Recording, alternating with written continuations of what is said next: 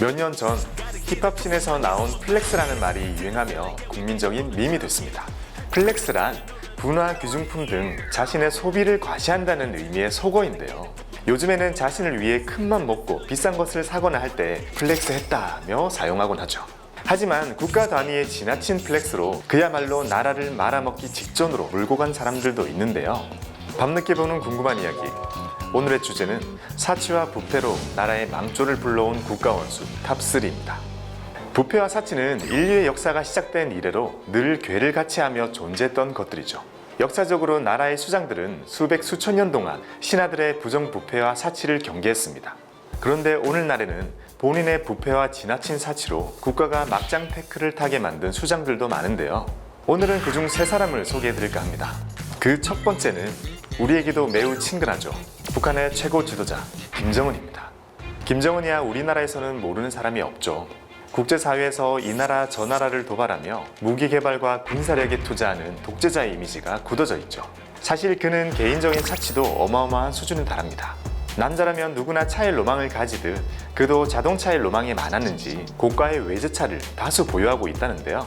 관용 차량으로는 벤츠 S650 풀만 가드와 마이바흐 6기가 있고 그 밖에 벤츠 S클래스 가드, 롤스로이스 팬텀, 렉서스 LX570이 있으며 개인적으로도 랜드로버, 람보르기니, 부가티, 코닉세그 등 일반인들은 하나도 갖기 힘든 드림카를 다 가졌다고 해도 과언이 아닙니다.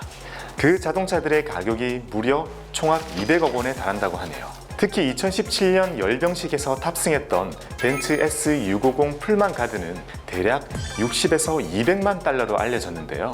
해당 차량과 벤츠 S클래스 가드는 대북 제재 대상 물품이어서 논란이 됐었죠. 유엔에서 구입 경로를 조사한 결과 네덜란드, 중국, 일본, 러시아 등을 경유해 8개월간 6개국을 거쳐 밀반입한 것이라고 하는데요. 개인적인 사치를 위해 국가 원수가 밀반입까지 서슴지 않는 모습이 무서울 정도입니다. 김정은은 차뿐만 아니라 술도 매우 좋아해서 고급 주류를 수입하는데도 돈을 아끼지 않는다고 합니다. 2013년에는 양조장을 갖춘 비어 가르텐을 평양에 열어달라고 독일 맥주 회사에 요청을 하기도 했고 매년 약 7톤 분량의 민회 맥주를 수입했다고 해요. 2016년에는 러시아와 유럽 각국에서 보드카, 위스키 등의 주류를 무려 8억 6천만 원어치나 구입했습니다. 동매체에서는 그의 기쁨조에 대해 보도도 했는데요. 김정은이 기쁨조 여성들이 입을 속옷을 구매하는데 무려 270만 파운드라는 돈을 들였으며 사치품 구입에 매년 수백만 달러를 지출하고 있다는 겁니다. 2016년에는 아버지와 할아버지의 동상을 세우기 위해 3,300만 파운드를 쏟아붓기도 했죠. 한국개발연구원 보고서에 따르면 2016년 소득이 다른 지역의 3배 수준인 평양의 1인당 GDP가 약 325만 원에 달하는 것으로 조사가 됐는데요. 김정은이 얼마나 사치를 일삼는지 알 수 있는 대목이죠. 최근엔 그의 통치 자금이 바닥나는 것이 아니냐는 의혹이 불거지고 있습니다.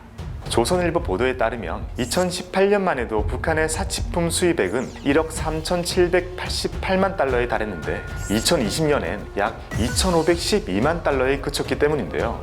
지난해 열병식에서는 경제난, 태풍 피해, 코로나 등의 삼중고로 인민을 걱정한다며 울먹이면서도 그의 손목에는 약 1,500만 원에 달하는 스위스산 명품 시계가 둘러져 있었다고 하는데요. 이러한 국내외 보도들이 정말 사실이라면 수많은 북한 주민들이 굶어 죽어나가는 와중에도 자신의 배를 불리는 모습이 씁쓸하기 그지없을 따름입니다. 두 번째 주인공은 필리핀의 전 영부인 이멜다 마르코스입니다. 이름만 들어선 잘 모르는 분들도 많을 텐데요.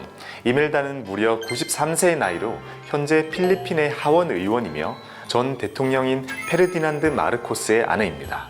그녀는 과거 마닐라 시장과 보건복지부 장관을 비롯해 정부 요직을 지내며 도가 지나친 국가재정 횡령과 부패, 사치로 남편과 함께 필리핀 경제를 말아먹는 데 일조했다는데요. 사치 행각이 이루 말로 표현 못할 정도였다고 합니다. 영부인 시절 이멜다의 의식주를 살펴보면요. 그녀가 살았던 필리핀의 대통령 관저 말라카냥 궁은 인테리어부터 초호화 그 자체라고 하는데요. 바닥은 이탈리아산 대리석에 천장은 수정 샹들리에로 장식되어 있고요. 욕실엔 도금도 아니고 순수하게 100% 황금으로 만들어진 세면대가 있는가 하면 침실에는 이멜다의 황금 동상이 들어서 있었다고 해요. 궁 안의 물건들은 어느 것 할 것 없이 모두 최고급 명품들이었다고 하죠. 파티를 너무너무 좋아해서 필리핀 바기오에 파티장을 지었는데 현재까지 바기오 최대 규모를 자랑하는 컨벤션 센터라고 합니다. 또 파티 용도로 뉴욕의 아파트를 사서는 가구와 인테리어 비용으로 무려 150만 달러를 쓰기도 했습니다. 이멜다가 해외를 방문할 때는 전용기가 2대나 필요했는데 하나는 자신과 측근들이 타는 비행기였고 하나는 드레스와 여행용 가방 등 자신의 물건을 싣기 위한 거였다고 합니다. 쇼핑할 때는 수십여 명의 수행원들이 쇼핑을 보조했는데 그때 수행원들이 들고 다닌 옷가방이 300여 개에 달할 정도였다고 합니다. 한 번 쇼핑에 약 1만 달러를 쓰기도 했다는데요. 국제 채용 사이트인 인디드 통계에 따르면 현재 필리핀 회사원의 평균 월급이 약 14,000페소로 우리 돈 32만 원 정도 되며 1980년 필리핀 1인당 GDP가 약 685달러로 현재 우리 돈 약 79만 원인데요. 그 시절의 우리 돈으로 약 1,150만 원이라는 돈을 그것도 한 번 쇼핑에 썼다는 건 어마어마한 사치였다고 볼 수 있습니다. 또 1970년대에는 이탈리아에서 필리핀으로 돌아오는 비행기 안에서 갑자기 기자에게 비행기를 돌리라고 명령한 적이 있었다는데요. 이유인즉슨 로마에서 치즈를 사는 것을 깜빡해서였다고 합니다. 하지만 그녀의 이런 부패와 사치 행각도 주춤하게 됩니다. 1986년 필리핀의 민주화 혁명으로 남편과 함께 쫓겨나다시피 하와이로 망명하며 영부인 자격도 잃게 된 건데요. 그들이 하와이로 떠난 후 필리핀이 발칵 뒤집힙니다. 대통령궁 지하에서 가로 21m, 세로 21m에 달하는 커다란 방이 발견됐는데 그 방 전체가 이멜다가 수집한 사치품으로 가득 차 있었기 때문인데요.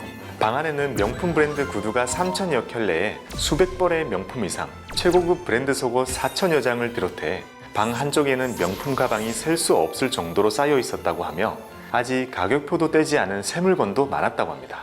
보석 상자도 수백여 개 발견됐는데요. 재산을 몰수하면서 발견된 보석 중에는 무려 현재 가치 60억 원에 달하는 25캐럿짜리 핑크 다이아몬드도 있었으며 이렇게 입수한 보석들이 약 250억 원어치에 이른다고 합니다. 이때 이들 부부의 재산은 일부 몰수됐지만 국외로 빼돌린 재산들은 환수할 방법이 없어 아직도 이멜다의 재력은 여전하다고 하죠. 웃긴 점은 그녀가 그렇게 불명예스러운 망명을 하고도 1991년 대법원의 사면을 받아 필리핀으로 돌아오게 된 건데요.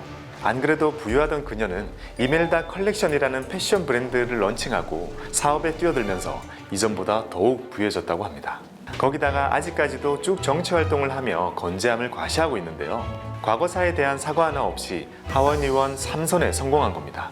그녀의 아들도 부통령 후보로 출마해 비록 낙선했지만 영향력 있는 득표수를 보여줬다고 하고 딸 역시 주지사에 당선되어 마르코스 일가가 여전히 필리핀 정계에서 영향력을 행사하고 있는 셈이죠. 이쯤 되면 국민들이 대체 어떤 마음으로 이멜다와 가족들에게 표를 준 건지 모르겠네요. 어쨌든 그녀의 사치와 부패는 아직도 현재 진행형인데요. 그녀는 자신의 탐욕에 대해 말하는 사람들에게 이렇게 말했습니다.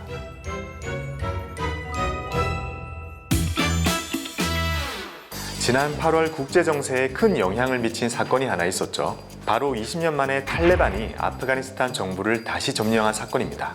사실 탈레반의 공세에 아프간 정부가 이렇게 맥없이 무너진 건 어느 정도 예견된 일이었다고 하는데요. 아프가니스탄 사람들은 아프간 정부는 도둑놈들이다 라고 할 정도로 정부의 수뇌부를 비롯해 말단 공직자들까지 부정부패가 심각한 수준이었다고 합니다. 당시 탈레반의 병력은 약 7만 명, 아프가니스탄 정규군은 약 30만 명으로 알려져 있어서 아프간의 실상을 잘 모르는 사람들은 탈레반이 어떻게 이길 수 있겠나 그렇게 말했지만 이 30만 명의 상당수가 부패한 관료들이 급여를 가로채기 위해 허위로 기재해 명단에만 존재하는 유령 군인이었다고 합니다. 때문에 병사들은 탄약 등의 물자와 식량이 부족한 채로 전투를 치러야 했고 정부에 대한 불신이 커지자 부대를 떠나 집으로 돌아가는 병사들도 많았다고 해요. 또 아프간 사람들의 문맹률 해소를 위해 미국이 수년간 아프간의 어린이들을 학교에 등록시켰지만 아프가니스탄 병사들의 2%에서 5%만이 초등학교 3학년 수준의 독해력을 갖고 있었다고 합니다. 학교에 들어가는 예산 역시 누군가의 주머니 속으로 사라진 거죠. 바이든 미국 대통령의 발표에 따르면 미국이 20년간 아프간에 원조한 금액이 무려 1조 달러에 달하는데 이 천문학적인 금액이 부패한 사람들로 인해 공중분해된 셈이죠. 아슈라프 가니 대통령은 탈레반이 수도 카불을 점령하자마자 불이 나게 해외로 도피해 현재 아랍에미리트로 망명해 있는데요. 정부의 부정부패를 척결하기는커녕 나라를 탈레반의 먹잇감으로 만들어 놓고 누구보다 빠르게 수도를 버리고 탈출해 비난을 사고 있습니다. 주 타지키스탄 아프간 대사는 기자회견을 통해 가니 대통령이 탈출하면서 빼돌린 금액이 약 1억 6,900만 달러에 달한다고 밝혔는데요. 자동차 4대의 현금을 가득 채워 공항으로 탈출한 후에 헬기에 현금을 옮겨 해외로 떠났다고 합니다. 그나마도 현금을 전부 실지 못해 일부를 활주로에 남겨뒀다고 하네요. 전 국민이 위기에 처한 상황에서 자신의 목숨만을 생각한 것으로도 모자라 제일 먼저 챙긴 것이 현금이라뇨. 국가 수장으로서는 도저히 용서받지 못할 일이죠. 그는 비난이 거세지자 페이스북을 통해 아프가니스탄으로 돌아가기 위해 노력하고 있으며 해외로 도피한 것은 큰 유혈 사태를 막기 위함이었다는 말도 안 되는 소리로 국민들의 분노를 샀습니다. 한편 가니 대통령의 자녀들은 미국에서 여전히 평화로운 생활을 즐기고 있다는데요. 미국 언론 뉴욕포스트에서는 시각예술가이자 영화 제작자로 활동 중인 가니의 딸 마리암이 현재 뉴욕 고급 주택에 머물며 작품 활동을 계속하고 있다고 보도했으며 아버지의 행방과 아프간의 상황에 대한 물음에는 일절 답하지 않았다고 합니다. 또 아들인 타렉 역시 워싱턴에서 교수로 일하며 약 120만 달러에 달하는 고급 타운하우스에 거주하고 있는 것으로 밝혀졌는데요. 이 지역은 부동산 가격이 미국 상위 7%에 속하는 곳으로 미국에서 가장 평화로운 지역 중 하나라고 합니다.